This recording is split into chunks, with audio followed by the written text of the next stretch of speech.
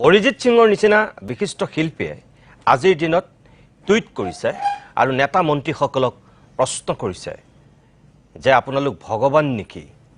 এই ধৰণেও তেওঁ নিজৰ সমৰ্থন প্ৰতিবাদকাৰীৰ পক্ষত দিছে কিন্তু একেটা সময়তে প্ৰশ্ন উঠিছে যন্তৰ মন্ত্ৰৰ যেটো ঘটনা সংঘটিত হ'ল আৰক্ষীয়ে যে এটা সময়ত লাঠি চাৰ্জ কন্দুক গ্যাস প্ৰয়োগ কৰিবলগীয়া পৰিৱেশ পৰিস্থিতিলৈ গ'ল তাৰ কাৰণে আৰক্ষী দায়ী নে একাংশ প্ৰতিবাদকাৰী দায়ী নেৰেটিভ সৃষ্টি হ'ব বহুতেই প্ৰতিবাদকাৰীৰ পক্ষ ল'ব বহুতেই আৰক্ষী প্ৰশাসন বা চৰকাৰৰ পক্ষ ল'ব এয়া চলি থাকিব চলি আহিছিল আৰু চলি গৈ থাকিব ভৱিষ্যতলৈকে কিন্তু ইয়াৰ মাজতে যেটো মূল সমস্যা আমি সেই সমস্যাটোৰ সন্দৰ্ভত কথা পাতিম এই যে নিট এক্সামৰ পৰীক্ষা ফাদিলৰ বিষয়টো এই বিষয়টোৰ যেটো গুৰুত্ব সেই সন্দৰ্ভত আমি কথা পাতিম যুৱ প্ৰজন্মৰ প্ৰতিনিধিক আজিৰ অনুষ্ঠানটোৰ অতিথি কৰিছে আৰু তেওঁলোক প্ৰথমবাৰৰ কাৰণে এটা টেলিভিছনৰ টক শ্ব'ৰ আজি অতিথি হৈছে সচেতন যুৱক যুৱতীক প্ৰতিনিধিত্ব কৰা তেওঁলোক হৈছে দলি নাথ মই দলিক অনুষ্ঠানলৈ স্বাগতম জনাইছো নতুন প্ৰজন্মৰ পৰা আৰম্ভ কৰিব বিচাৰিছো তাৰ পিছত জ্যেষ্ঠ কেইগৰাকীৰ কাষলৈ যাম মই প্ৰথমতে দলি মই তোমাৰ কাষলৈকে আহিছো গমে পাইছা দেশ জোৰা প্ৰতিবাদ তাৰ পিছত কিটো পৰিৱেশ পৰিস্থিতিৰ সৃষ্টি হৈছে গমে পাইছা সংসদ উত্তাল হৈছে আজিৰ দিনটোতো আনকি প্ৰধানমন্ত্ৰীৰ কাৰ্যালয়ৰ সন্মুখত বিৰোধীয়ে প্ৰতিবাদ কৰিছে অকল সংসদত প্ৰতিবাদ কৰাই নহয় নতুন প্ৰজন্মৰ প্ৰতিনিধি হিচাপে এই বিষয়টোৰ ক্ষেত্ৰত তোমাৰ প্ৰথম বক্তব্য কি হ'ব আসলতে কবলে গলে এই ঘটনাটোৱে স্পষ্ট কৰি দিছে প্ৰমাণ কৰি দিছে যে আসলতে গণতন্ত্ৰ কিমান সংকটত পৰিছে এটা কথা সদায় মনত ৰখা উচিত আসলতে গণতন্ত্ৰৰ প্ৰতি তেতিয়া প্ৰশ্ন উত্থাপন হয় বা গণতন্ত্ৰ তেতিয়া সংকটত পৰা বুলি কোৱা হয় যেতিয়া আসলতে জনতাই চৰকাৰখনৰ প্ৰতি যি শাসনত আছে সেই শাসনত থকা চৰকাৰখনৰ প্ৰতি আঙুলি টুৱাই আসলতে গণতন্ত্ৰ তেতিয়া প্ৰশ্নৰ মাজত সোমাই নপৰে যেতিয়া চৰকাৰে কিবা এটা ভাল কাম কৰে যেতিয়া চৰকাৰক জনতাই জবাবদিহি কৰে তেতিয়াহে বা যেতিয়া চৰকাৰক জনতাই প্ৰশ্ন উত্থাপন কৰে তেতিয়াহে আসলতে গণতন্ত্ৰৰ প্ৰকৃত পৰীক্ষাটো হয় গতিকে এতিয়া যে ঘটনা ঘটি আছে সেই ঘটনাত বিভিন্নজনে বিভিন্ন মন্তব্য কৰিছে বিভিন্নজনে দোষাৰোপ কৰিছে বিভিন্নজনে সমৰ্থন আগবঢ়াইছে কিন্তু এই ঘটনাটোৱে স্পষ্ট কৰি দিছে যদি শিক্ষাৰ অধিকাৰে নাই যদি প্ৰকৃত শিক্ষাৰ অধিকাৰে নাই তেন্তে এখন দেশৰ ভৱিষ্যত কিদৰে গঢ় ল'ব কাৰণ যেহেতু এটা কথা মনত ৰাখিব কেৱল মই আগতেও কৈছে কেৱল মন্দিৰ মছজিদ এইবোৰে এখন দেশৰ ভৱিষ্যত গঢ় নিদিয়ে যদি শিক্ষাৰ দৰে ব্যৱস্থা এটা শিক্ষাৰ দৰে এটা ইস্যুক যদি আমি প্ৰশ্ন উত্থাপন নকৰো যদিহে সংকটাপন্ন হয় তেন্তে সেই দেশত কিদৰে গণতন্ত্ৰ বাচি থাকিব যদি চৰকাৰক প্ৰশ্ন উত্থাপন কৰাটো এটা ভুল তেন্তে সেই দেশক গণতন্ত্ৰ বুলি আপোনালোকে কেনেকৈ ক'ব যদি গণতন্ত্ৰ নহয় তেন্তে ঘোষণা কৰি দিব লাগে একনায়কত্ববাদ চলি আছে বুলি গতিকে মই ভাবো যে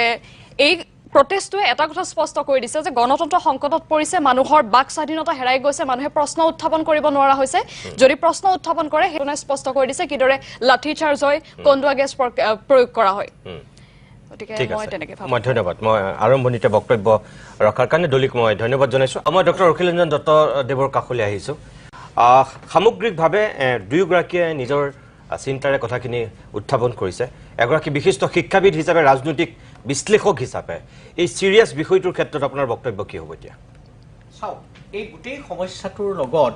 যুৱ প্ৰজন্মৰ যেটো যুৱ এওঁলোকটো 18 বছৰ অতিক্ৰম কৰা ছাত্ৰ ছাত্ৰীহে যিসকলে নিট পৰীক্ষা দিলে তেওঁলোকৰ যেটো উৎকণ্ঠা তেওঁলোকৰ যেটো নিৰাপত্তাহীন ধৰণৰ এটা ভাব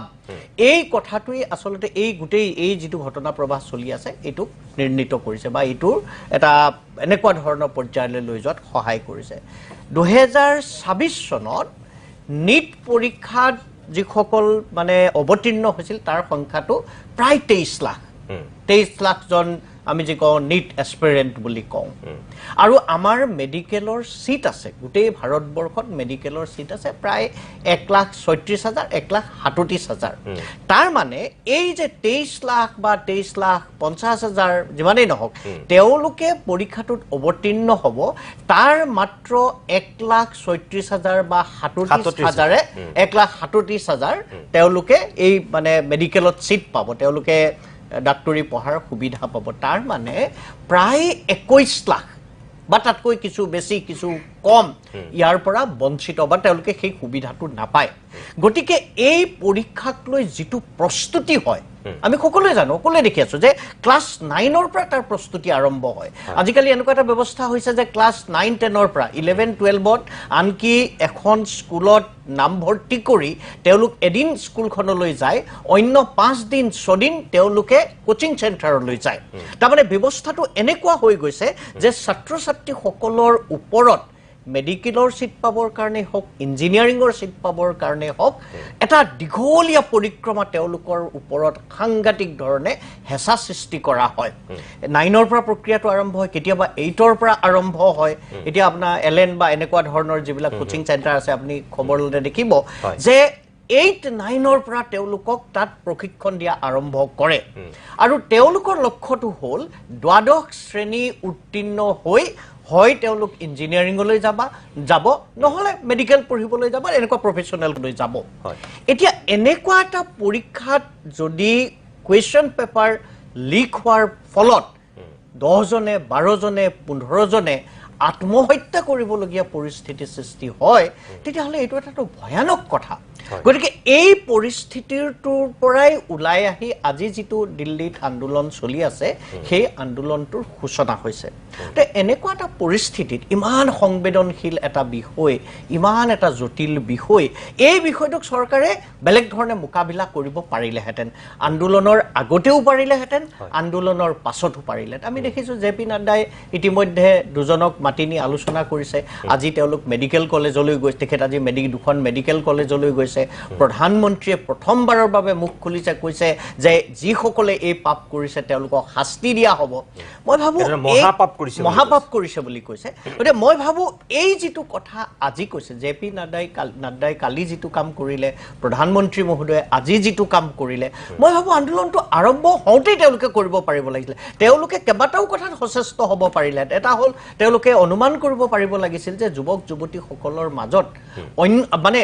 তেওঁলোকৰ সংস্থাপনক লৈ এইটো কেৱল নিটৰ পৰীক্ষাৰ প্ৰশ্ন বা JEEৰ পৰীক্ষাৰ প্ৰশ্ন হৈ থকা নাই। সামগ্ৰিকভাৱে অৰ্থনীতিৰ ব্যক্তিগতকৰণ, কোভিডকালীন পৰিস্থিতি, পৰৱৰ্তী সময়ৰ গোটেই বিশ্ব অৰ্থনীতি, গোটেইবিলাকেই আচলতে আমাৰ সমাজত যুৱক যুৱতীসকলৰ ভৱিষ্যতক লৈ এটা বেলেগ ধৰণৰ উৎকণ্ঠা, আশংকা সৃষ্টি কৰিছে। গতিকে এই পৰিস্থিতিটো মোৰ বোধেৰে চৰকাৰে অনুমান কৰিব পাৰিব লাগিছিল যে দিল্লীলৈ এনেকৈ লক্ষ্য বা লাখৰো ওপৰত মানুহৰ সমাৱেশ হ'ব পাৰে, যুৱক যুৱতীৰ সমাৱেশ হ'ব পাৰে, অভিভাৱকৰ সমাৱেশ হ'ব পাৰে। প্ৰথমটো তেখেতলোকে অনুমান কৰিব পাৰিব লাগিছিল। দ্বিতীয় কথাটো যে তেখেতলোকে যেনিবা অনুমান কৰিব নোৱাৰিলে, যেতিয়া এই ঘটনাটো ঘটিছিল জে পি নাড্ডাই যদি আপোনাৰ 20 দিনৰ পাছত আহিব পাৰে, তেখেত এদিনৰ 2 দিনৰ পাছতো আহিব পাৰিলেহেঁতেন। বা চৰকাৰৰ সাধাৰণতে কেনেকুৱা ধৰণৰ কথা হয় যে সকলো সময়তে মন্ত্ৰী আহিব লাগিব বুলিতো কথা নাই, আৰু আলোচনা কৰিলেই এজন মন্ত্ৰীয়ে পদত্যাগ কৰিব লাগিব বুলিও কোনো কথা নাই। কিন্তু আলোচনাৰ বাটটো যদি মুকলি কৰি দিয়ে, তেতিয়াহ'লে সমস্যাবিলাক লাহে লাহে লাহে লাহে মানুহৰ যিটো ধৰক উৎকণ্ঠা, মানুহৰ আৱেগ, মানুহৰ অসন্তুষ্টি, সেই লাহে লাহে লাহে লাহে নোহোৱা হৈ যায়। কিন্তু এই আন্দোলনটোক যদি আকৌ আমি ভাবোঁ যে দেশদ্ৰোহীসকলৰহে কেৱল সমাৱেশ ঘটিছে, বামপন্থীসকলৰহে সমাৱেশ ঘটিছে, ৰাজনৈতিক দলে মানে তেওঁলোকৰ মুনাফা আদায়ৰ কৰিবৰ কাৰণেহে এইটোক এই ধৰণে পৰিচালনা কৰে, তেতিয়া মানুহৰ মাজত খং, অসন্তুষ্টি আৰু বৃদ্ধি পায়। মই ভাবোঁ এই ধৰণৰ গণতান্ত্ৰিক এটা ব্যৱস্থাত যে এই যে বিভিন্ন কৌশল অৱলম্বন কৰিব পাৰি, মানে to keep the dialogue open, যে আলোচনাৰ বাটটো মুকলি ৰখাৰ যিটো পৰিৱেশ পৰিস্থিতি, সেইটো নোহোৱাৰ বাবে মই ভাবোঁ আজি এনেকুৱা ধৰণৰ এটা পৰিৱেশ সৃষ্টি হৈছে। হয়, মই আকৌ আহিম আপোনাৰ কাষলৈ। মই ডক্টৰ কাকতি মোৰে কাষলৈ আহিছোঁ। আপুনিও গোটেই বিষয়বিলাক বিশ্লেষণ কৰি আছে, চাই আছে, যিহেতু আপোনাৰ মতে কি হ'ব লাগিছিল আৰু কি হৈছে? প্ৰথম কথা হ'ল কি, যিটো কাৰণে এই ঘটনা প্ৰবাহ চলি আছে নিট পৰীক্ষালৈ, সেইটো একেবাৰে সাংঘাতিক বেয়া কথা হৈছে। সেইটোত কোনো দ্বিমত নাই। কাৰণ কিয়, আমাৰ কিছুমান ব্যৱস্থাৰ কাৰণে, আমাৰ ব্যৱস্থাৰ বিফলতাৰ কাৰণে কিছুমান নিৰীহ যুৱক যুৱতীয়ে আত্মহত্যা কৰিব এখন দেশত, মানে ইয়াতকৈ লজ্জাজনক আৰু দুখজনক ঘটনা আচলতে নাই। এইটো কথাত মই সম্পূৰ্ণ একমত আৰু মই যুৱক যুৱতীসকলৰ লগত আছোঁ, স্পষ্ট একদম। কিন্তু কথা হ'ল কি, আমি গোটেই কথাখিনি কেৱল এই ঘটনাটোৰ আলমতেই সাময়িক যদি আলোচনা কৰি সামৰি থৈ দিওঁ তাৰ সমাধান কেতিয়াও নহ'ব এনেকুৱা ঘটনা ঘটি থাকে আৰু আপোনালোকে নিশ্চয় জানে যে এই যিটো নীট আৰম্ভ হৈছিল এইটো 2013 চনতে আৰম্ভ হৈছিল আৰু 2013 চনত প্ৰথমবাৰতে ইয়াৰ লিগেল মানে এটা চেলেঞ্জ হৈছিল আৰু এইবাৰ পৰীক্ষাটো কেনচেল হৈছিল আপোনালোকৰ নিশ্চয় মনত আছে 14-15ত AIPMT দিছিলে দি ই আচলতে নীট আৰম্ভ হৈছিলে 2016ৰ পৰা কিন্তু মাজে মাজে এনেকুৱা ঘটনা ঘটিয়ে আছে নীটত মোৰ এটা প্ৰশ্ন হয় কি আজি প্ৰধানমন্ত্ৰীয়ে কৈছে এইটো চবে ক'লে এইটো এটা মহাপাপ ময়ো ভাবোঁ মহাপাপ কিন্তু ক'লেই নহ'ব তেওঁলোকক মহাপাপীক ধৰিব লাগে আৰু কঠোৰতম শাস্তি বিহিব লাগে অতি সোনকালে মই এটা কথা বেলেগকৈ ভাবোঁ অলপমান এতিয়া আমাৰ বয়সো হৈছে অলপ এইবিলাক কৰি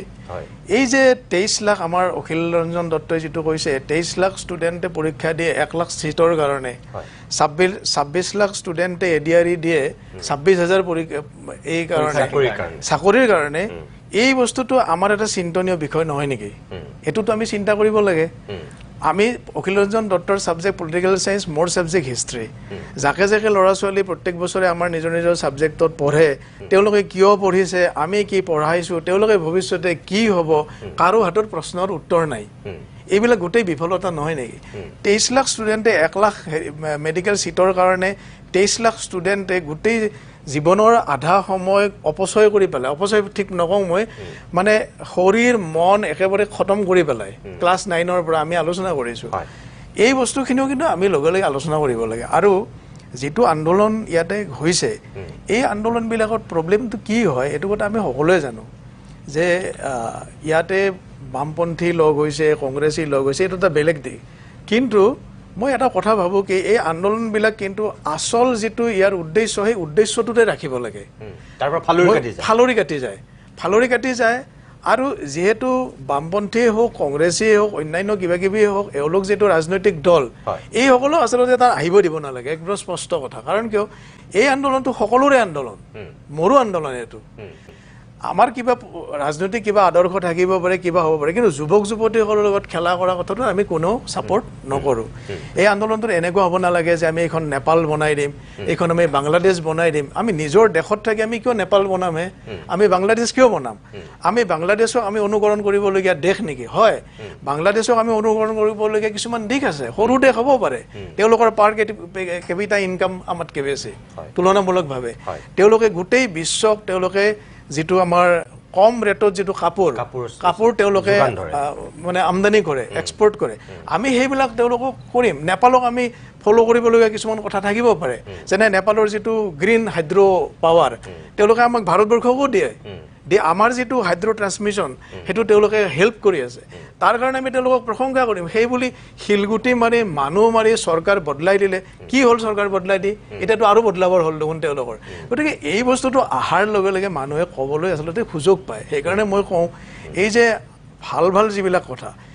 মানে নিটৰ এই ব্যৱস্থাটোৰ প্ৰতিবাদ এটা হ'ব লাগে হৈছে ইমানলৈ সব ঠিকে আছিলে কিন্তু বাকিখিনি যিখিনি হৈছে এইখিনি হ'ব নালাগে আৰু যেটো ভেন্ডেলিজম হৈছে গোটেই প্ৰপাৰ্টি নষ্ট কৰা ট্ৰেইন এখন নষ্ট কৰা পুলিচক মাৰা ইত্যাদি এইবিলাক হ'ব নালাগে গাড়ী ঘোঁৰা ভাঙি এইবিলাক দেশৰ সম্পত্তি নষ্ট কৰিব নালাগে কিন্তু আমি ঘূৰাই পকাই এইটো কথাই কওঁ যে নিটৰ এইটো বাৰে হৈ থকা কথাটো কিন্তু এইটো এটা সাংঘাতিক গৰিহণাযোগ্য কথা মোৰ এইটো স্পষ্ট মতামত আৰু যদি প্ৰথমতে এটা পদক্ষেপ ললেহেঁতেন এইটো পৰ্যায়লৈ নগ'লহেঁতেন এইটো কথাওতো সঁচা যে প্ৰধানমন্ত্ৰীগৰাকীয়ে বিষয়টোত মৌনতা ভংগ কৰিবৰ কাৰণে কিন্তু 3 মাহ সময় ল'লে সেইটো কথাও সঁচা জেপি নাড্ডাই আলোচনা কৰিবৰ কাৰণে কালিহে সময় পালে পৰহিহে সময় পাইছিলে আৰু তেওঁলোকে কি বুলি ক'লে যে এইটো বেকাৰ এইটো সময় নষ্ট হ'ল জেপি নাড্ডাৰ লগত আলোচনাৰ কোনো ফলপ্ৰসূ তেওঁলোকে একোৱেই নাপালে সঁহাৰি যে এটা টাইম লষ্ট হোৱা বুলি তেওঁলোকে অনুভৱ কৰা বুলি কৈছে তাৰমানে ইয়াত এটা সদিচ্ছা আৰু আন্তৰিকতাৰ কথা আছে আৰু আনক দেখুৱাবলৈ কৰা কামৰ কথা আছে এই প্ৰতিবাদকাৰীসকল কিন্তু যদিও কক্ৰোচ জনতা পাৰ্টিৰ বেনাৰত তেওঁলোকে কৰিছে বহু মানুহৰ আকৌ আবেগটো আছে যে ফিউচাৰক লৈ ভৱিষ্যতক লৈ তুমি সেই দিশেৰে কথাটো চাইছা না নাই নিশ্চয়কৈ চাব গ'লে দুয়োটা দিশে আছে এতিয়া যেনেকে যিখিনি প্ৰটেষ্ট কৰি আছে তাৰ মাজতো কোনোবাই সদিচ্ছাৰে গৈছে তেওঁলোকে সঁচাকৈ শিক্ষা ব্যৱস্থাৰ সংশোধনটো বিচাৰিছে কিন্তু তাৰ মাজতে কোনোবা আছে যাৰ হয়তো অভিপ্ৰায় বেলেগ হ'ব পাৰে আমি কেতিয়াও প্ৰত্যেকজন 100% দি গৈছে বুলি আমি ক'ব নোৱাৰো গতিকে সেই ক্ষেত্ৰত চাবলৈ গ'লে এতিয়া কৈছে যে যি প্ৰপাৰ্টি যি ভাঙিছে বা গাড়ী ভাঙিছে পাব্লিক প্ৰপাৰ্টি ভাঙিছে সেই ক্ষেত্ৰত চাবলৈ গ'লে যেতিয়া প্ৰটেষ্টটো আৰম্ভ হৈছিলে তেতিয়া এতিয়া প্ৰশ্ন সুধিব লাগিলে ডেফিনেটলি আমি যোন শাসনত আছে তেওঁলোকে প্ৰশ্ন কৰিব লাগিব গতিকে যেতিয়া প্ৰটেষ্টটো আৰম্ভ কৰিছিলে সোণম ৱাংচুকে যেতিয়া অনশনত বহিছিলে তেতিয়াও কোনো এজনে মাত নামাতিলে আজি জেপি নাড্ডাই হস্পিটেলে প্ৰত্যেকগৰাকী আঘাতপ্ৰাপ্ত মানুহৰ খবৰ ল'বলৈ গ'লে কি হ'ব কালি আপুনি গোটেই ফ'ৰ্চ লগাই দি কিনে সকলোকে মাৰিলে দেশৰ ষ্টুডেণ্টখিনিক আপোনালোকে মাৰিলে লাঠি চাৰ্জ কৰিলে কন্দুৱা গেছ দিলে আজি গৈ আপুনি হস্পিটেল খবৰ ল'লে কি হ'ব যিখিনি ইনজিঅ'ৰ হ'ল যিখিনি ল'ৰা ছোৱালী আঘাতপ্ৰাপ্ত হ'ল মানসিকভাৱে আঘাতপ্ৰাপ্ত হ'ল শাৰীৰিকভাৱে আঘাতপ্ৰাপ্ত হ'ল সেইখিনি ৰেছপনচিবিলিটিজ কোনে ল'ব গতিকে কথাটো এনেকুৱা যে এতিয়া বিভিন্নজনে হয়তো মন্তব্য কৰিছে যে তাত যিখিনি চিজেপিৰ প্ৰটেষ্ট হৈ আছিলে সেই প্ৰটেষ্টখিনিত কেৱল শিক্ষাৰ কথা আলোচনা হৈ থকা নাছিলে তাতে হয়তো বিভিন্ন ধৰণে কোনোবাই আল্লাহ কে নাম ৰহেগা এনেকুৱা ধৰণৰ কথাও কৈছিলে গোটেই বস্তুবোৰ আচলতে চালি জাৰি চাব লাগিব যিটো বিভিন্ন কিছুমান সৰু সৰু ভিডিঅ' ক্লিপত মানুহবোৰে মাত মাতি আছে আল্লাহ কে নাম ৰহেগা বুলি এগৰাকী প্ৰফেচৰে তাত এটা কবিতা আওৰাইছিলে আচলতে সেই বস্তুখিনি কাটি এটা প্ৰপাগাণ্ডা এটা সৃষ্টি কৰা হৈছে আচলতে সেই বস্তুটো হৈছে হম ৰহেংগে বুলি এটা কবিতা আছিলে যিটো ফেজ আহমেদ বুলি এগৰাকী পয়েটে লিখিছিলে গতিকে এটা কথা চাব আমি গাও উই শেল ওভাৰকাম আমি গাও সেয়াও আমেৰিকাত লিখা গান আছিলে কিন্তু বেলেগ এখন দেশৰ গান আজি আমাৰ ভাষাটো আমি হম হমে সফল বুলি আমি গাই আছো নহয় জানো গতিকে ফেজ আহমেদে লিখা বস্তুটো এটা সংগ্ৰামৰ এটা কবিতা আমি যদি আজি ব্যৱহাৰ কৰিছো তাত কি ৰঘুপতি ৰাঘৱা আমি গাও তাতোতো লিখা আছে ঈশ্বৰ আল্লাহ তেৰো নাম সবকো সন্মতি দে ভগৱান তাতোতো আল্লাহ শব্দটো আছে তেতিয়া কোনো কেলে প্ৰটেষ্ট নকৰে গতিকে আসল অৰ্থটো কি সেয়া চাব লাগিব সিজেপিৰ ফালৰ পৰা যদি কোনোবাই মাত মাতিছে সিজেপিৰ ফালৰ পৰা যদি কোনোবাই এনে ধৰণৰ কথা উলিয়াইছে শাৰজিল ইমামৰ কথা উলিয়াইছে পাকিস্তানৰ কথা উলিয়াইছে বা বেলেগ কিবা কথা উলিয়াইছে তেতিয়া আপোনালোকে প্ৰশ্ন উত্থাপন কৰক তাত মাতিও না কোনোবা এগৰাকী গেষ্ট স্পিকাৰে যদি কিবা এটা কৰিছে তাত আপুনি গোটেই সিজেপিক দুখ দিবতো নোৱাৰে এক্স্যাক্টলি নহয় জানো হে এগৰাকী ইন্ডিভিজুৱেল মানুহৰ এইখিনি ৰেছপনচিবিলিটিজ আপুনি গোটেই সিজেপিক দুখ দিব যদি সোণম ৱাংচুকৰ মুখেৰে তেনেকুৱা এটা কথা আহিছে আপুনি বাদ দি দিয়ক সাপোৰ্ট নকৰিব কিন্তু সিজেপি আৰু সোণম ৱাংচুকে কি ইস্যুটোৰ ওপৰত কথা পাতি আছে শিক্ষা ব্যৱস্থাৰ সংঘাতত নহয় জানো বহুতে প্ৰশ্ন কৰিছে মোদীৰ নাম কেলে লৈ আছে এটা কথা মন কৰিব সাপোজ আপোনাৰ ঘৰৰ কোনোবা এজন লৰাই কিবা এটা বেয়া কাম কৰিছে য'ত নেকি ওচৰ চুবুৰীয়াৰ হক বা হানি হৈছে কোনোবা হাৰ্ম হৈছে তেতিয়াহ'লে মানুহে আহি কাক প্ৰশ্ন সুধিব ঘৰৰ মুখীয়াজনক প্ৰশ্ন কৰিব নহয় জানো গতিকে বিজেপি চৰকাৰ যদি কোনোবা এজন মন্ত্ৰী যদি কিবা এটা বিফল হৈছে প্ৰশ্ন নৰেন্দ্ৰ মোদীক কৰিবই লাগিব ৰাহুল গান্ধীকটো আপুনি নকৰে অৰবিন্দ কেজৰিৱালক আপুনি নকৰে মমতা বেনাৰ্জীক গৈতো আপুনি নকৰে নহয় জানো গতিকে যদি নৰেন্দ্ৰ মোদীয়ে সেইখিনি কথাত ভবা নাছিল আজি নৰেন্দ্ৰ মোদীক প্ৰশ্ন উত্থাপন কৰিবই লাগিব কাৰণ নৰেন্দ্ৰ মোদীৰ কেবিনেটৰ পৰাই কোনোবা এজন মন্ত্ৰী ৰেছপনচিবল আছে যদি আপুনি ৰেছপনচিবল নহয় তেতিয়াও মাত মাতক যদি হয় তেতিয়াও মাত মাতক আপোনালোক নিমাত হৈ কিয় আছে নহয় জানো একদম হেতু কথা কাইলে যদি বেলেগ এটা পাৰ্টি আহি যায় কংগ্ৰেছ আহি গ'ল শাসনত বা অইন পাৰ্টি শাসনত আহি গ'ল তেতিয়া ডেফিনেটলি আমি কংগ্ৰেছৰ তেওঁলোককো প্ৰশ্ন সুধিবৰ কাৰণে আমি সেইখিনি ৰাখিব লাগিব কি আজি যিখিনি মিডিয়া মনে মনে আছে আজি যিখিনি মিডিয়াই কভাৰ কৰিবলৈ যোৱা নাই নেশ্যনেল মিডিয়া সেইখিনি মিডিয়াই কাইলে যদি বেলেগ এটা অপজিশ্যনৰ পাৰ্টি এটা যদি শাসনলৈ আহি যায় তেতিয়া কি কৰিব তেতিয়াও মনে মনে থাকিব নেকি নেশ্যনেল মিডিয়াই কভাৰ কৰিছে কিন্তু অকল সেই পুলিচৰ গাড়ী ভঙা ডেফিনেটলি পুলিচ আহত হোৱা সেইবিলাক দেখুৱাইছে কিন্তু যিবিলাকে গৰু পিটন খালে তেওঁলোকক এক চিকুটো দেখুৱা নাই এতিয়া পাব্লিক প্ৰপাৰ্টি ভঙা কিবা কিবি এইবোৰ বিষয়ে দেখুৱাই আছে প্ৰভোক কোনে কৰিছে সেইটোতো চাব লাগিব আপোনালোকে প্ৰথমে যদি সঁহাৰিটো দিলে হয় যিখিনি ইমানখিনিলে ভিডিঅ' আহিছে বহুতখিনি আৰ্মি অফিচিয়েলছ বা পুলিচ CRPF যি তাত ৰখোৱা হৈছে বহুতৰ নেম টেগো নাই বুলি কিনে আহি আছে নহয় জানো তাতে বহুত চিভিল ড্ৰেছত আহি কিনে লাঠি লৈ কিনে মাৰি আছে সেইবোৰ কোন মানুহ নহয় জানো গতিকে প্ৰশ্ন বহুত আছে দুইটা দিশে আছে প্ৰতিবাদকাৰীৰ মাজতো ভাল দিশো আছে বেয়া দিশো আছে সকলো চাব লাগিব কোনো পাব্লিক প্ৰপাৰ্টি ভাঙিব নোৱাৰে যিহেতু আপোনালোকে শান্তিপূৰ্ণ প্ৰতিবাদ এটা আৰম্ভ কৰিছিলে শান্তিপূৰ্ণভাৱে আৰম্ভ কৰক আৰু সেইখিনি বাকি চৰকাৰৰ দিশৰ পৰা হয়তো জানিবলৈ যদি কোনোবাই শান্তিপূৰ্ণভাৱে আহিছে আপোনালোকে উত্তৰ দিয়ক তেনেদৰে তাত আৰু এটা কথা আছে দলি যে ইমান বিশাল মানুহ হৈ গ'ল তাততো কেতিয়াবা কাৰোবাৰ এজেণ্টটো সোমাই যাব পাৰে ডেফিনেটলি তেওঁলোকেওতো তেনেকুৱা কাম কৰি দিব পাৰে তেওঁলোকেও তেনেকুৱা কাম কৰি দিব পাৰে নিশ্চয় বদনামি কৰিবৰ কাৰণে বদনামি কৰিব পাৰে হয় সেইটো এটা প্ৰশ্নত আহি পৰিছে লাহে লাহে সেয়া স্পষ্ট হৈ যাব বাৰু একদম মই বহুতে কৈছে যে ৰাজনৈতিক কালাৰটো লাগি যোৱাৰ কাৰণে মানে সোণম ৱাংচুকৰ ক্ষেত্ৰত চৰকাৰে গুৰুত্ব নিদিলে কিছুমান তাত ৰাজনীতিকে ভিৰ কৰিলেগৈ গৈ এতিয়া এটা প্ৰব্লেমটো তাতেই ৰাজনৈতিক দলবিলাক যদি নেযায় তেতিয়াও বিপদ তেতিয়াও ক'ব যে কোনো কংগ্ৰেছ অহা নাই বা আপ অহা নাই বা তৃণমূল কংগ্ৰেছ অহা নাই বা কোনোবা অহা নাই তেনেকৈ ক'ব আৰু যদি আকৌ যায়ো তেতিয়াও আকৌ ক'ব যে এনেকুৱা কিন্তু কথাটো আছিল যে CJPয়ে বিজেপিও গ'লেওতো বেয়া নাপালেহেঁতেন চব যাওক বিজেপিৰ ল'ৰাইও পঢ়িব নিট দিব JEE দিব কংগ্ৰেছৰ লিডাৰৰ ল'ৰা ছোৱালীওতো একেই নিট দিব কোনোবা মন্ত্ৰীৰ পুতেকবিলাকে বিজেপি কাৰ্ড লৈ পেলাই কি পাব নেকি চিটটো নাপাব নহয় তেওঁলোকেতো নিট দিবই লাগিব JEE দিবই লাগিব কংগ্ৰেছ বিজেপি বুলিতো ইয়াত কথা নাছিল আচলতে চাওক যিদিনা তাতে আন্দোলনটো আৰম্ভ হ'ল যন্তৰ মন্তৰত যেতিয়া আৰম্ভ হ'ল সোণাম ৱাংচুকে যেতিয়া আৰম্ভ কৰিলে তেতিয়াতো কোনো ৰাজনৈতিক দল যোৱা নাছিল ৰাজনৈতিক দলটো আজি কেইদিনমানৰ আগৰ পৰা যোৱা আৰম্ভ কৰিছে বা বিভিন্ন শেষৰ ফাললৈ কাৰণ 22 দিন হৈ গ'ল তেওঁ অনশন কৰা এতিয়া সমস্যাটো হ'ল এইটো যে মই এই ঘটনাটো মই আগতেও কৈছোঁ ইয়াত যে এটা সময়ত শ্বিলঙত যেতিয়া আমাৰ ৰাজধানী আছিল তেতিয়া ফখৰুদ্দিন আলী আহমেদ অসম চৰকাৰৰ পুনৰ বিমলা প্ৰসাদ চলিহা মন্ত্ৰীসভাৰ তেখেত লোকেল সেল্ফ গভৰ্ণমেণ্টৰ মিনিষ্টাৰ আছিল লোক প্ৰশাসন স্থানীয় প্ৰশাসনৰ মন্ত্ৰী আছিল সেইটো সময়ত শ্বিলঙত এই চাফাই কৰ্মীবিলাকে এটা ধৰ্মঘট আৰম্ভ কৰি দিলে তেওঁলোকৰ এটা সমস্যা লৈ সেইটোলৈ তোলপাৰ হৈ আছে বিধানসভাত সেইটোলৈ বিতৰ্ক আৰম্ভ হ'ল বিৰোধী দলৰ যিসকল নেতা আছিল তেওঁলোকে চৰকাৰৰ সাংঘাতিক ধৰণে সমালোচনা কৰিছে তে মন্ত্ৰীজন বহি আছি শেষত তেখেতে এটা সময়ত ক'লে যে অধ্যক্ষ মহোদয়ে মোক অনুমতি দিব নেকি কিছু কথা ক'বলৈ এটা মন্ত্ৰী উঠিলে ফখৰুদ্দিন আলী আহমেদ উঠি তেখেতে ক'লে যে মই সদনক জনাবলৈ পাই সুখী হৈছোঁ যে এই ঘটনাটো যে ঘটি আছে এই ঘটনাটো সম্পৰ্কত আমি ইতিমধ্যে কেইবাজনো বিধানসভাৰ সদস্যক লৈ কালিয়ে আমি তেওঁলোকক লগ ধৰিছোঁ চাফাই কৰ্মীসকলক তেওঁলোকৰ যিটো সংগঠন তেওঁলোকক লগ ধৰিছোঁ আৰু ইতিমধ্যে আমি মীমাংসালৈ আহিছোঁ আৰু তেওঁলোকে ইতিমধ্যে এই আন্দোলন প্ৰত্যাহাৰ কৰাৰ সিদ্ধান্ত লৈছে এতিয়া মই এটা উদাহৰণ মাত্ৰ দিলোঁ যে আজি এনেকুৱা কথা নহয় যে ধৰ্মেন্দ্ৰ প্ৰধানক পদত্যাগৰ দাবী কৰিছে পদত্যাগ কৰিবই লাগিব বুলি কোনো কথা নাই এই দাবীটো উঠিয়ে থাকে আমাৰ অসমতে আজি এটা ডক্টৰ ৰণোজ পেগু পদত্যাগ কৰিব লাগে বুলি কৈছে মুখ্যমন্ত্ৰী পদত্যাগৰ কথা ওলায়ে থাকে মানে তৰুণ গগৈৰ দিনতো হেতু হৈছিল মানে ৰকিবুল হুছেইনৰ বিৰুদ্ধে পদত্যাগৰ কিমান প্ৰশ্ন উঠিছিল প্ৰদ্যুৎ বৰদলৈৰ বিৰুদ্ধে পদত্যাগৰ কিমান দাবী উঠিছিল তেওঁলোকেতো পদত্যাগ কৰা নাছিল আন্ধাৰৰ ৰজা বুলি বজোৱা হৈছিল গণতান্ত্ৰিক এটা ব্যৱস্থাত এনেকুৱা ধৰণৰ দাবী উত্থাপন হৈ থাকে কিন্তু প্ৰশ্নটো হ'ল এনেকুৱা ধৰণৰ দাবী যেতিয়া উত্থাপিত হৈছে আৰু এনেকুৱা এটা দাবী গৈ এটা সাংঘাতিক ধৰণৰ বিতুষ্টিৰ মাজলৈ গৈ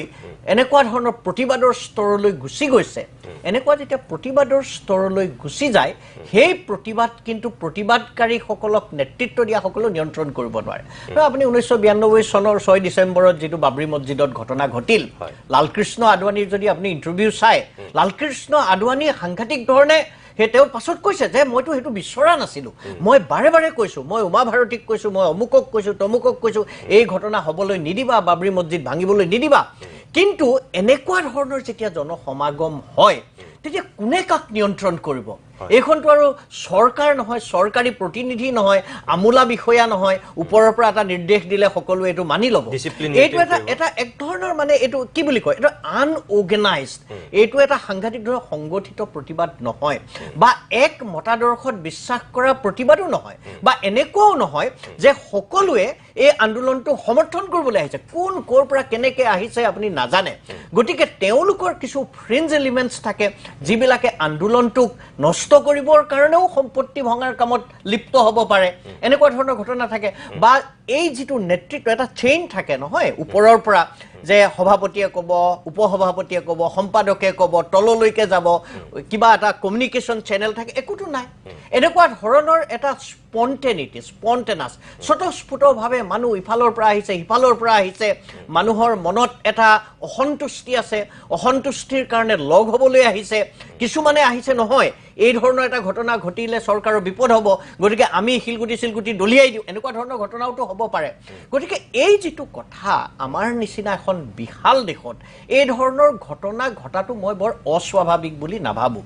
কিন্তু দলীয় যিটো কথা কৈছে যেতিয়া আমি প্ৰশ্ন কৰোঁ তেতিয়াতো আমি বিৰোধী দলক প্ৰশ্ন নকৰোঁ আমি প্ৰশ্ন কৰোঁ চৰকাৰক এই কাৰণে প্ৰশ্ন কৰোঁ যে চৰকাৰক আমি নিৰ্বাচন কৰি শাসনলৈ পঠাইছোঁ আৰু শাসনলৈ এই কাৰণে পঠাইছোঁ যাতে আমাৰ প্ৰত্যাশা তেওঁলোকে পূৰণ কৰিব পাৰে যেতিয়া পূৰণ নকৰা যেন পায় তেওঁলোকক প্ৰশ্ন সোধাটোৱেই স্বাভাৱিক গতিকে মই ভাবোঁ যে চৰকাৰৰ আৰু এইখনতো এনেকুৱা চৰকাৰ নহয় যে দুৰ্বল চৰকাৰ বা এক ধৰণৰ আনষ্টেবল চৰকাৰটো নহয় হয়। নহয় এখন ষ্টেবল গভৰ্ণমেণ্ট হয়। তেওঁলোকৰ যিমানখিনি সদস্য লাগে তিষ্ঠি থাকিব কাৰণে তেওঁলোকৰ আছে এবছলিউট মেজৰিটি আছে বেছিকৈ সংখ্যা আছে তেওঁলোকে চৰকাৰ তিষ্ঠিয়ে থাকিব আৰু তেওঁলোকৰ সাংঘাতিক ধৰণৰ অৰ্গেনাইজেশ্যনেল ৰিচ আউট এটা আছে যে বিভিন্ন ধৰণৰ সংগঠনে তেওঁলোকৰ মাজত তেওঁলোকৰ হৈ কাম কৰি আছে তেওঁলোকক গুৰুত্ব নিদিয়া কথাটো বৰ মানে আপুনি তাৎক্ষণিকভাৱে ধৰিব নোৱাৰে এইবিলাক হয়তো পাছত যেতিয়া আমি আলোচনা কৰিম বা এইবোৰ সম্পৰ্কে গৱেষণা কৰিম হয়তো চৰকাৰে বিচাৰিবও পাৰে যে হওক এনেকুৱা এটা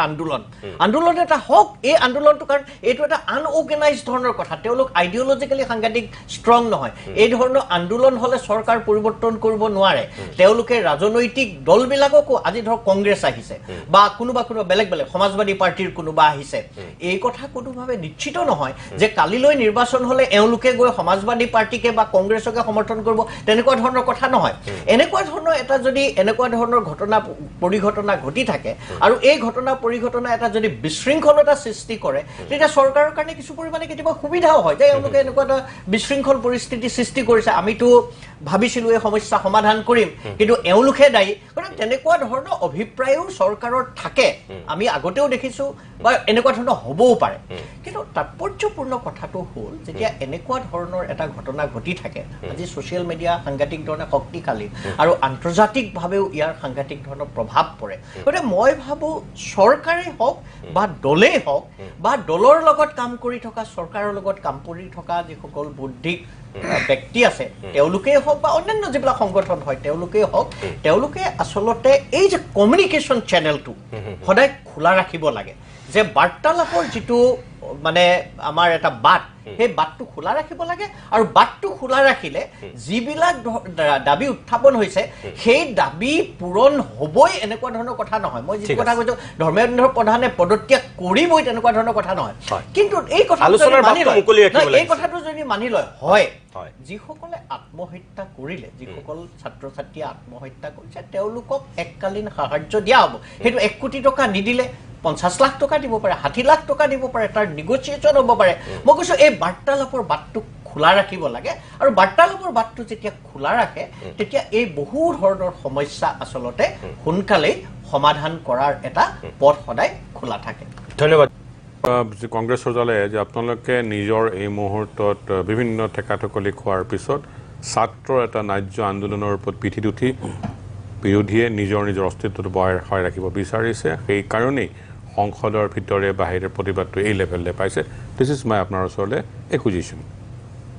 হয় নিশ্চয় আপুনি মন কৰিব যে এইসকল যিসকল ছাত্ৰ ইয়াতে আন্দোলন নামিছে যন্ত্ৰ মন্ত্ৰ গৈছে বা বিভিন্ন ৰাজ্যত এই আন্দোলন হৈছে সেইসকল সাধাৰণ ছাত্ৰ নহয় সেইসকল অতি মেধাৱী সম্পন্ন ছাত্ৰ যিসকল ছাত্ৰই সাধাৰণতে পঢ়া টেবুলৰ পৰা নোলায় ঘৰৰ ভিতৰৰ পৰা নোলায় টিউশ্যন বা এনেকুৱা ধৰণৰ কথাতে থাকে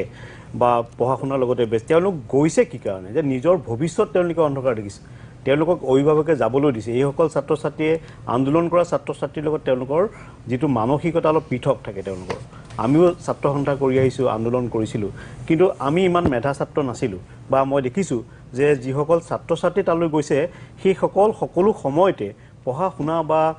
প্ৰতিযোগিতামূলক কাম কাজৰ লগত ব্যস্ত তেওঁলোকে গৈ তাতে কি পাইছেগৈ বিচাৰি তেওঁলোকক চাওক পুলিচৰ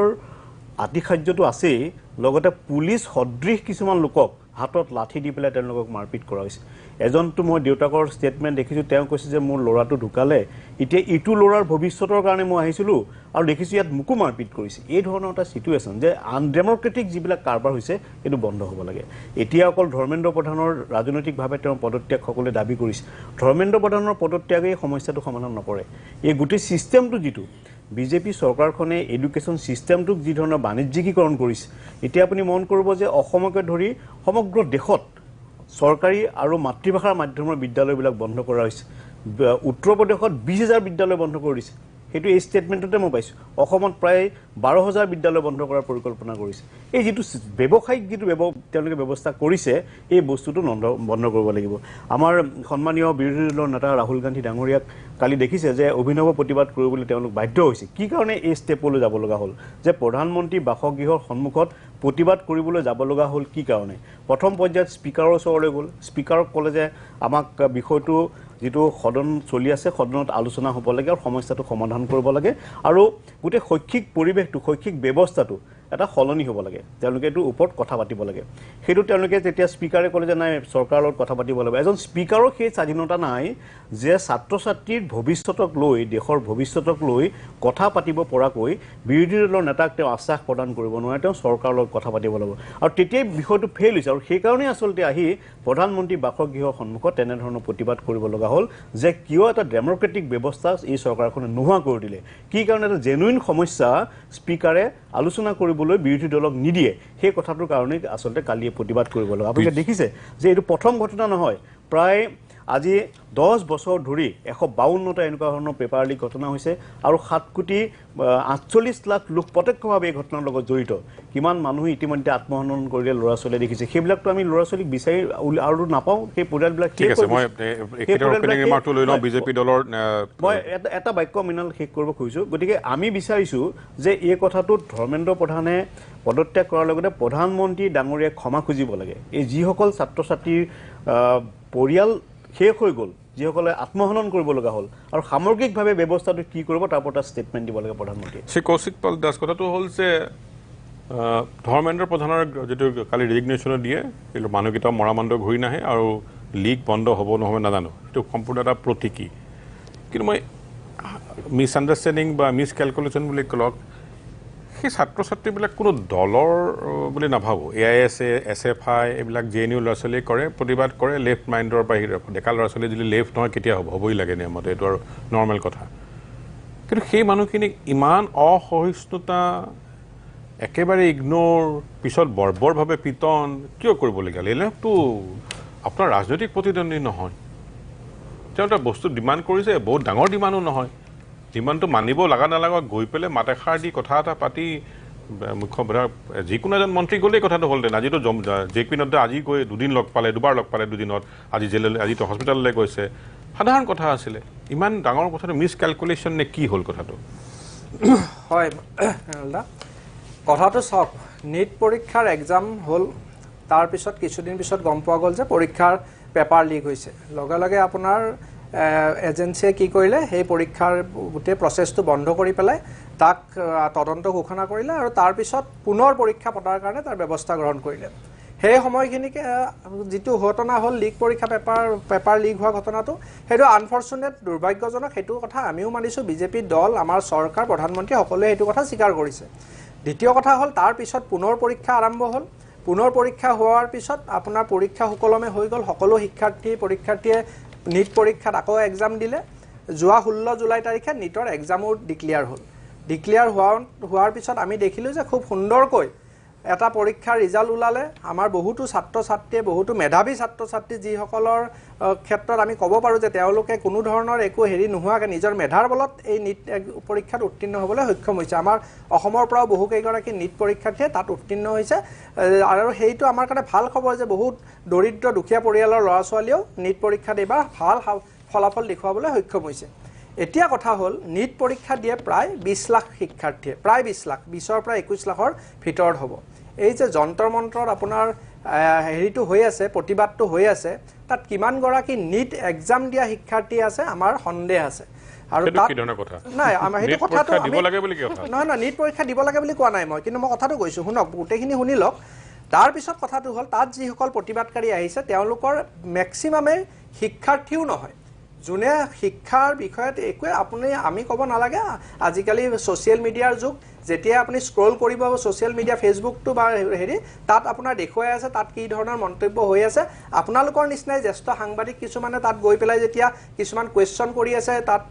প্ৰতিবাদত অংশগ্ৰহণ কৰা প্ৰতিবাদকাৰীক তেওঁলোকে তাৰ সঠিক উত্তৰ দিব পৰা নাই দ্বিতীয় কথাটো হ'ল কি যেনেকৈ প্ৰতিবাদকাৰী শিক্ষাৰ্থীৰ ওপৰত লাঠিচাৰ্জ কৰোৱাটোত আমাৰ বুকু ফাটি গৈছে তেনেকৈ আমাৰ বুকু তেতিয়াও বিষাইছে যেতিয়া সেই পুলিচসকলক শিল দলিয়াই গুৰিয়াই মাৰি যেতিয়া তেজ উলিয়াই দিছে যেতিয়া এগৰাকী 4 মহীয়া গৰ্ভৱতী পুলিচক যেতিয়া বগৰাই যেতিয়া তেওঁ কৈছে ইয়ে প্ৰেগনেণ্ট হে তাৰ পিছতো যেতিয়া তেওঁলোকে গুৰিয়াই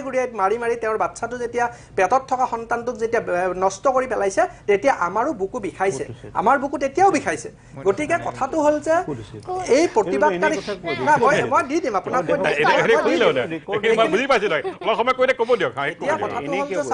এই যিটো বৰ্বৰ যিটো প্ৰতিবাদকাৰী যিটো আশ্ৰয় লৈছে এতিয়া যোৱাকালি মই পালো এটা নিউজ যে এজন প্ৰতিবাদকাৰীয়ে খুব কান্দি আছে যে তেওঁক লাঠিচাৰ্জ কৰিছে পুলিচে বেয়াকৈ পিটিছে পিছত যেতিয়া ভিডিঅ' ফুটেজ ওলাল তাত দেখা গৈছে যে তেওঁ আৰক্ষীৰ ওপৰত আপোনাৰ জলকীয়াৰ স্প্ৰে তেওঁ মাৰি আছে বেৰিকেড তেতিয়া একো ভঙাই নাই বেৰিকেডৰ এইটো পাৰৰ পৰা সেইটো পাৰলৈকে মোৰ তাত ফটো আছে আপোনালোকক লাগিলে মই এতিয়াই দেখুৱাই দিম গতিকে সেই প্ৰতিবাদকাৰীখিনিৰ কথা সেই প্ৰতিবাদকাৰীখিনি কিমানখিনি তেওঁলোকে মানে নিট এক্সামৰ কাৰণে আহিছে সেইটো এটা বিষয় দ্বিতীয় কথা হ'ল চাওক আমাৰ যে সোণম ৱাংচুক ডাঙৰীয়াই যেতিয়া হেৰি কৰিছে অনশন কৰিছে তেওঁৰ অনশনৰ পিছত তেওঁৰ স্বাস্থ্যৰ যেতিয়া অৱনতি হয় তেওঁক চৰকাৰে হস্পিটাললৈকে প্ৰেৰণ কৰে তাৰ পিছত এই প্ৰতিবাদটো যে সংসদ ভৱন চলা যিটো কাৰ্যসূচী ল'লে তেওঁলোকে যিটো প্ৰতিবাদী হিংসাত্মক কাৰ্যসূচী ল'লে সেইটো নললেও হ'ল হয় আৰু নিট এক্সামৰ লগত তাত যিসকল ব্যক্তি গৈছে তাত যিসকল ব্যক্তিয়ে তাত গৈ পেলাই এই তাতে বহুতো নিৰীহ যুৱ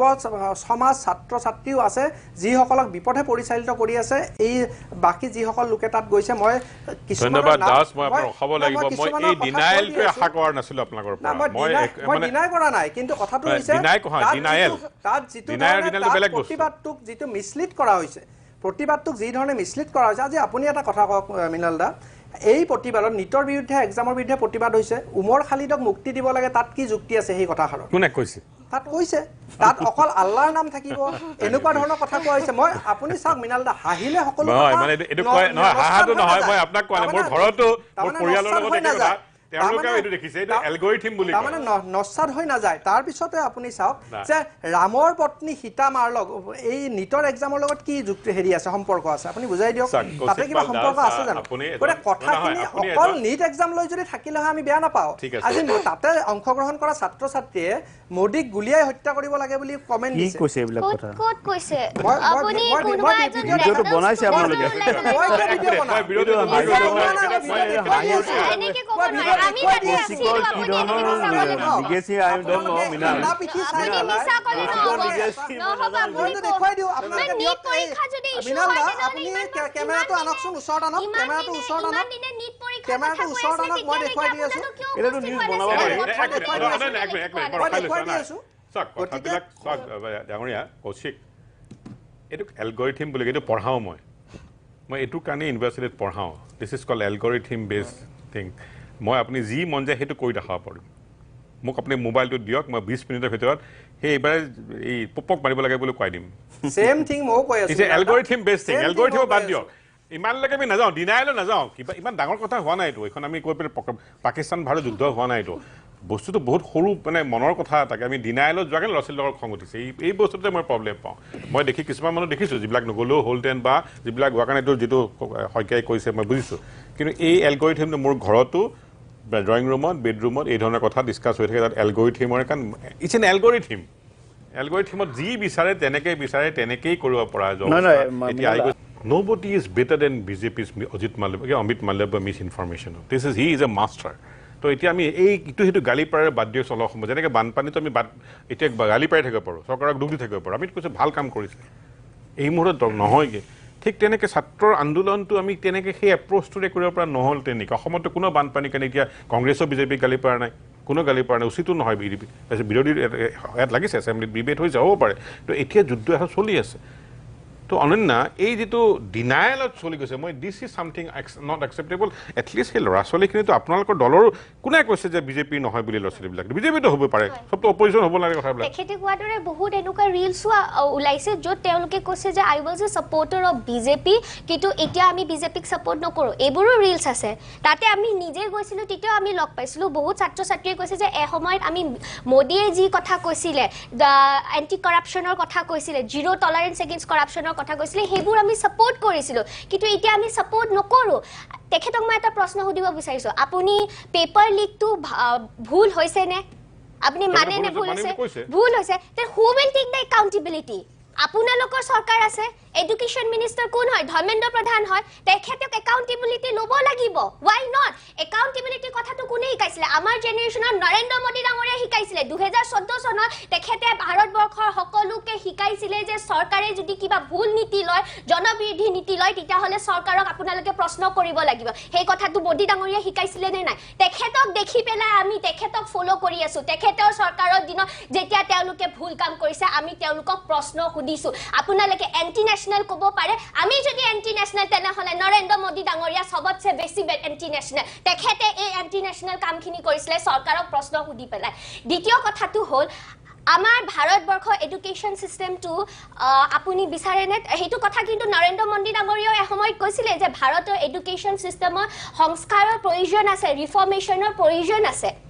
আপোনালোকৰ দলৰে নিৰ্মলা সীতাৰামৰ সন্তান ক'ত পঢ়ি আছে আপোনালোকৰ দলৰে পীয়ুষ গোয়েলৰ দুটাকৈ সন্তান ক'ত পঢ়ি আছে আপোনালোকৰ দলৰে ৰাজনাথ সিঙৰ পুত্ৰ ক'ত পঢ়ি আছে শিৱৰাজ সিং চৌহানৰ পুত্ৰ ক'ত পঢ়ি আছে জেপি নাড্ডা ডাঙৰীয়াৰ পুত্ৰ ক'ত পঢ়ি আছে জানেনে বিদেশত তেওঁলোক পঢ়ি আছে কিয় ৰবা শুনি লওক কথাখিনি কিয় কাৰণ তেওঁলোকৰ ভাৰতবৰ্ষৰ এডুকেশ্যন চিষ্টেমটো ওপৰত ভৰসা নাই তেওঁলোকৰ নিজৰ সন্তানক কিয় ইয়াতে পঢ়ুৱাব নোৱাৰিলে তেওঁলোকে কিয় এটা এক্সাম্পল সেট কৰিব নোৱাৰিলে হতাশ আছে যদি আপুনি সুধক আপোনালোকৰ দলৰ নেতা সুধক দলৰ নেতা সুধক আৰু এটা কথা ক'বলৈ বিচাৰিছো তেখেতে কৈছে যে তাতে গৈ পেলাই যেতিয়া আপোনালোকৰ লৰে জ্যেষ্ঠ জাৰ্নেলিষ্টে গৈ পেলাই সুধিছে যে নেট পৰীক্ষাৰ মিনিং কি আপোনালোকৰ প্ৰধানমন্ত্ৰী ডাঙৰীয়াই কিন্তু A+B² মানে কি ক'বলৈ এসময় পৰা নাছিলে that means he is also incompetent to be a prime minister এই কথা ক'বলৈ বিচাৰিছে কিন্তু এই প্ৰশ্নটো সোধাটো লজ্জা কথা হসা কৰি CBSE কি হ'ব কিয় সুধিব who are they to ask me মই নাজানিব no right you have raised a question valid question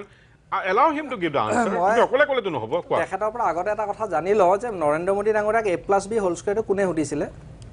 আপুনি যেনেকৈ আপুনি যেতিয়া কৈছে আমি ডিবেটৰ পৰা আঁতৰি গৈছো Ananya let's not waste time আপোনাক ওয়েস্ট কৰা লেটস আহক মেইন এই দুটা সৰু কথা ফালতু কথা নাযাব let's come to the main শুনক এই পেপাৰ লিকৰ ঘটনাটো তেখেতে যিটো কথা কৈ আছে ইমান চিঞৰিব লগা নাই মই প্ৰথমতেই কৈছোঁ যে এই ঘটনাটো দুৰ্ভাগ্যজনক আৰু ইয়াৰ বেয়া হৈছে এই ঘটনাটো এইটোতো আমি কৈছোঁৱেই দল আমাৰ চৰকাৰ দুইটাই কৈছে এতিয়া কথাটো হৈছে যে ইয়াৰ লগত জড়িত প্ৰথম যিটো ঘটনা প্ৰথম হ'ব লাগিছিল যে নেশ্যনেল টেষ্টিং এজেঞ্চিয়ে ইয়াৰ ঘটনাৰ এই সমগ্ৰ পৰীক্ষাৰ যিখিনি আছে ৮৪টা বা তেওঁলোকে পাতে পৰীক্ষাটো এই পৰীক্ষাটো যেতিয়া হেৰি হ'ল তেওঁলোকৰ প্ৰথম দাবীটো কি হ'ব লাগিছিল যে এই NTAৰ যিজন চেয়াৰমেন সেই চেয়াৰমেনজনৰ পদত্যাগ তেওঁলোকে প্ৰথমতে দাবী কৰিব লাগিছিল ঠিক আছে তেওঁলোকে ধৰ্মেন্দ্ৰ প্ৰধানৰ কথা কৈছে মই বেয়া নাপাওঁ তেখেতো এগৰাকী এটা ৰাজনৈতিক দলৰ লগতে জড়িত যদিও আজি গৱেষক ছাত্ৰী হিচাপত ইয়াত আহিছে গতিকে আম আদমি পাৰ্টিৰ চৰকাৰ আছে নহয় শুনক আম আদমি পাৰ্টিয়ে সবতকে বেছি কক্ৰজ জনতা পাৰ্টিৰ এই আন্দোলনখনক যদি কোনোবাই মানে ছাপোৰ্ট কৰি আছে বা কোনোবাই বেকিং কৰি আছে সেইটো হৈছে আম আদমি পাৰ্টি এতিয়া হ'ল কি আম আদমি পাৰ্টিৰ চৰকাৰ আছে পাঞ্জাবত সিদিনা আপোনাৰ যি বি ফাৰ্মৰ এক্সাম হৈছিলে আপোনাৰ ফাৰ্মাচীৰ যি এক্সাম হৈছিলে তাত পেপাৰ লিক হৈছে এতিয়া আম আদমি পাৰ্টিয়ে তেওঁলোকৰ শিক্ষামন্ত্ৰীক প্ৰথমতে পদত্যাগ কৰাই দেখুৱাওক তাৰ পিছত আম আদমি পাৰ্টিৰ যিসকল নেতাই ডিঙিৰ শিৰ ফুলাই পেলাই আপোনাৰ সংসদ ভৱনলৈকে গৈ আছিলে তেওঁলোকে কওক তেতিয়া আমি তেওঁলোকৰ কথা শুনিবলৈ বাধ্য হ'ম যে হয় তেওঁলোকে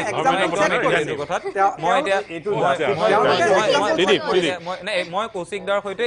এই কথাটোত একদম সহমত আম আদমি পাৰ্টিয়ে পাঞ্জাবত কৰি দেখুৱাই দিয়ক মোৰ এতিয়া মানে মই আপোনালোকক চাই এইটো ডাঙৰ হৈছোঁ নহয় গতিকে সৰুতে মোৰ মনত আছে আপোনাৰ টক শ্ব'বোৰত আগতে তেতিয়া আপুনি বেলেগ এটা চেনেলত আছিল কংগ্ৰেছৰ চৰকাৰ চলি আছিল অসমত গড় হত্যা খুব হৈছিল তেতিয়া বিজেপিৰ মুখপাত্ৰ যিগৰাকী আছিল তেওঁলোক কোনোবা মন্ত্ৰী হ'ল কোনোবা মুখপাত্ৰ হৈ আছে তেওঁলোকে তেতিয়া বাৰে বাৰে ৰকিবুল হুছেইনৰ পদত্যাগ দাবী কৰে মই ভাবি আচৰিত হওঁ বন মন্ত্ৰী ৰকিবুল হুছেইন গড় হত্যা কৰিছে চোৰাং চিকাৰীয়ে DFO জনৰ কৰিব লাগে নে বন মন্ত্ৰীৰ কৰিব লাগে মানে সেইখন আমাৰ দেশ যিখন দেশত লাল বাহাদুৰ শাস্ত্ৰীৰ নিচিনা মন্ত্ৰী আছিল যিগৰাকীয়ে সেই সময়তেই ৰেল দুৰ্ঘটনাৰ পাছত পদত্যাগ কৰিছিল এতিয়া ধৰ্মেন্দ্ৰ প্ৰধানে পদত্যাগ কৰিব নে নাই সেইটো তেওঁৰ নৈতিকতাৰ বিষয় ধৰ্মেন্দ্ৰ প্ৰধানৰ দেউতাক মন্ত্ৰী আছিল ধৰ্মেন্দ্ৰ প্ৰধানৰ সন্তান ক'ত পৰি আছে মোৰ ব্যক্তিগত কথা মই ক'ব খোজা নাই কিন্তু এই ধৰ্মেন্দ্ৰ প্ৰধানে উৰিষ্যাত পেপাৰ লিকৰ বিৰুদ্ধে আন্দোলন কৰিছিল কংগ্ৰেছৰ চৰকাৰ আছিল ধৰ্মেন্দ্ৰ প্ৰধানেও মাৰ খাইছিল সেই কথাবোৰ এতিয়া তেওঁৰ সহযোগীয়ে কৈছে গতিকে ন্যূনতম সৌজন্যতা থাকিলে তেওঁ পদত্যাগ কৰিলেহেঁতেন এক 2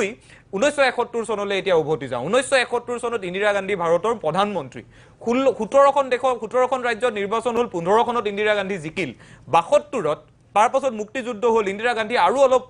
এখোপ ওপৰলৈ গ'ল তাৰ পাছত লাহে লাহে গুজৰাটৰ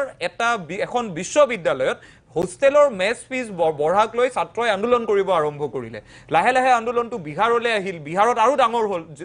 জয়প্ৰকাশ নাৰায়ণ আন্দোলনত যোগদান কৰিলে সেই সময়তো ইন্দিৰা গান্ধীয়ে এই কথা কৈ আছিল যে ইয়াত বিদেশী শক্তি আছে CIA আছে মানে মোৰ আজি কথাটো একেবাৰে স্পষ্ট দিল্লীত কালি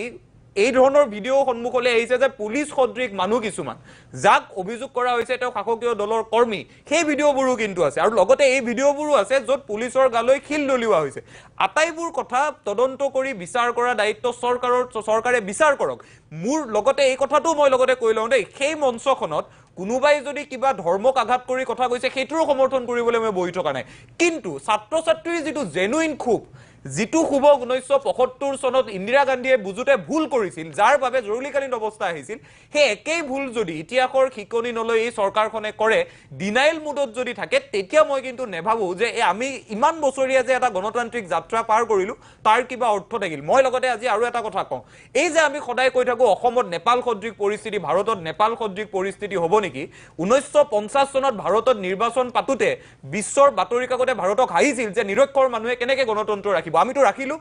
আমিতো আজিও গণতান্ত্ৰিক দেশ হৈ আছো চৰকাৰত বহি থকা মানুহ বোলে ভাবে তেওঁলোক আটাইতকৈ ডাঙৰ ৰাষ্ট্ৰভক্ত তেওঁলোকৰ দেশভক্তি বেছি নহয় সাধাৰণ মানুহবোৰৰ দেশভক্তি ৰাষ্ট্ৰভক্তি নাই নেকি কোনে আমাৰ ভাল ভাৰতখনক নষ্ট কৰিব বিচাৰিব নেপাল সদৃশ উশৃংখল পৰিস্থিতি কৰি কিন্তু তাৰ অৰ্থ এয়া হ'ব নোৱাৰে যে প্ৰতিবাদ কৰিলে আমি নেপাল সদৃশ বুলি এটা সিগনিফাই কৰি পেলাম প্ৰতিবাদ কৰিলে আমি এন্টি টেৰৰিষ্ট বুলি কম এই যে ল'ৰা ছোৱালীবোৰে আজি কান্দি ভিডিঅ'বোৰত কথা কৈছে সেইবোৰতো এয়াই নহয় সেইবোৰো সঁচা শিল দলিওৱাটো যেনেকৈ সঁচা ল'ৰা ছোৱালীয়ে পিটন খোৱাটোও সঁচা ল'ৰা ছোৱালীয়ে পিটন খাব লাগে যদি চৰকাৰখন যদি আছে পিটন খোৱাবলৈ যদি চৰকাৰখন আছে সেই শিক্ষামন্ত্ৰী সেই প্ৰধানমন্ত্ৰী গণতন্ত্ৰৰ প্ৰতি মূল্য কিমান আছে এই প্ৰধানমন্ত্ৰীয়েতো দেশে বিদেশে মেডেল লৈ ফুৰি আছে পদক লৈ ফুৰি আছে কিয় দিছে তেওঁক মেডেল পদক এইভাবে দিছে কাৰণ তেওঁ এখন বৃহত্তম গণতান্ত্ৰিক দেশৰ প্ৰধানমন্ত্ৰী সেই সন্মানকণ যদি আমি ৰাস্তাত দেখুৱাব নোৱাৰো তাৰ পাছত যদি আমি নেৰেটিভ গুঠিব আহো মই বিশ্বাস নকৰো যে এই ভাৰতখনত সিমানখিনি গণতান্ত্ৰিক প্ৰমূল্য আমাৰ নেতাসকলৰো থাকিব লাগে মহাত্মা গান্ধীয়ে অনশন কৰি পিউৰিফিকেশ্যন অফ সোলৰ কথা কৈছিল সোনম ৱাংচুকে দেখুৱাই দিছে